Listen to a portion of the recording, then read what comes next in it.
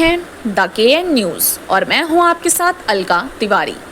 आज हम बात करेंगे उस हृदय विदारक घटना की जिसने पूरे देश को झकझोर कर रख दिया। विराट कोहली की आरसीबी टीम ने आखिरकार आईपीएल का खिताब जीत लिया।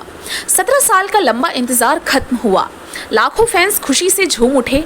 बेंगलुरु के चिन्नास्वामी स्टेडियम के बाहर इतिहास रचा जा रहा था, लेकिन किसे पता था कि जश्न का ये दिन मातम में बदल जाएगा। बेंगलुरु में मंगलवार रात से ही भारी संख्या में फैंस चिन्नास्वामी स्टेडियम के बाहर जमा होने लगे थे। हर कोई अपनी चहेती टीम आरसीबी की जीत का जश्न मनाना चाहता था। सरकार और आयोजकों की ओर से बताया गया था कि खिलाड़ियों की खुली बस में परेड निकाली जाएगी और स्टेडियम में सम्मान समारोह भी होगा। लेकिन अफसोस की बात ये रही कि इन आयोजनों की कोई ठोस व्यवस्था नहीं की गई थी। कोई स्पष्ट समय नहीं बताया गया था, ना ही भीड़ नियंत्रण की तैयारी थी। पास अनिवार्य थे, लेकिन हजारों लोग बिना पास के ही पहुंच गए। लिंगराजपुरम से आए इनायत नाम के चश्मदीद बताते हैं, मैं गेट नंबर 3 पर खड़ा था। वहां तिल रखने की जगह नहीं थी। भीड़ लगातार बढ़ती जा रही थी। तभी गेट हल्का सा खुला और भीड़ ने जोर लगाकर अंदर घुसने की कोशिश की। 3 लड़कियों ने गेट को हल्का धक्का दिया। गेट खुल गया। भीड़ ने उन्हें गिरा दिया और पैरों के नीचे कुचलते हुए अंदर घुसने लगी। एक के बाद एक लोग गिरते रहे। चीख पुकार मच गई। लोगों को समझ नहीं आ रहा था कि क्या हो रहा है। सबसे मार्मिक दृश्य तब सामने आया जब कनूर से आई 14 साल की दिव्यामशी की मौत की खबर आई। दिव्यामशी अपनी मां, बहन और परिवार के अन्य सदस्यों के साथ आरसीबी की जीत का जश्न मनाने आई थी। भीड़ के धक्का मुक्की में वे दब गई और उसका शव बोरिंग अस्पताल में पाया गया। उसकी दादी ने मीडिया से कहा, वहां बहुत सारे लोग थे, एक दूसरे पर चढ़कर अंदर जाने की कोशिश कर रहे थे। मैंने अपनी पोती को खो दिया।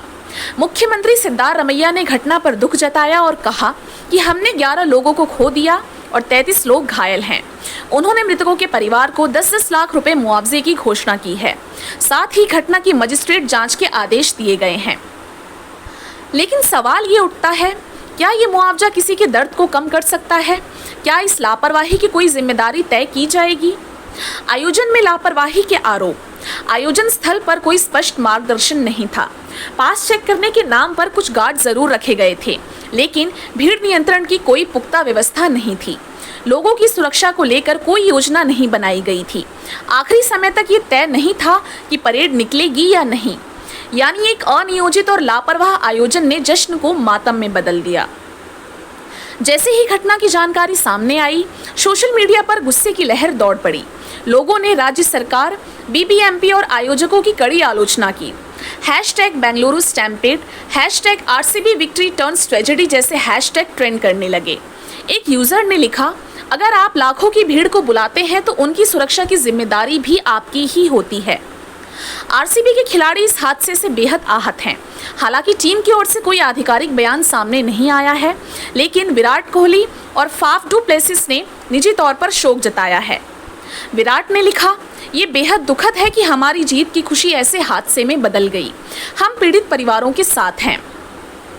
भारत में ऐसे हादसे कोई नए नहीं हैं। 2013 इलाहाबाद कुंभ मेले में भगदड़ में 36 लोग मारे गए थे। 2008 जोधपुर मंदिर हादसे में 224 लोग मारे गए थे। इस बार फर्क सिर्फ इतना था कि हादसा एक खेल आयोजन के बाद हुआ। जिम्मेदारी तय करने के लिए सिर्फ मजिस्ट्रेट जांच काफी नहीं है। आयोजक कौन थे? सुरक्षा का प्रबंधन किसके जिम्मे था? किसने अनुमति दी इतनी बड़ी भीड़ को जुटाने की? इन सवालों का जवाब सरकार को देना होगा। आरसीबी की जीत भले ऐतिहासिक हो, लेकिन उससे जुड़ा यह हादसा इतिहास के काले पन्नों में दर्ज हो चुका है। अब जरूरत है भीड़ प्रबंधन को लेकर कड़े दिशा निर्देशों की, जिम्मेदार अधिकारियों के खिलाफ कार्रवाई की, पीड़ित परिवारों की हर संभव सहायता की और भविष्य में ऐसे आयोजनों की सख्त निगरानी की, क्योंकि जश्न का कोई मतलब नहीं अगर वो किसी की जान की कीमत पर हो। आरसीबी की जीत हमारी यादों में रहेगी, लेकिन उससे जुड़ी ये त्रासदी हमें बार बार याद दिलाएगी कि सुरक्षा से बड़ा कोई आयोजन नहीं होता। हम द केएन न्यूज़ की ओर से सभी दिवंगत आत्माओं को श्रद्धांजलि अर्पित करते हैं और घायलों के शीघ्र स्वस्थ होने की कामना करते हैं।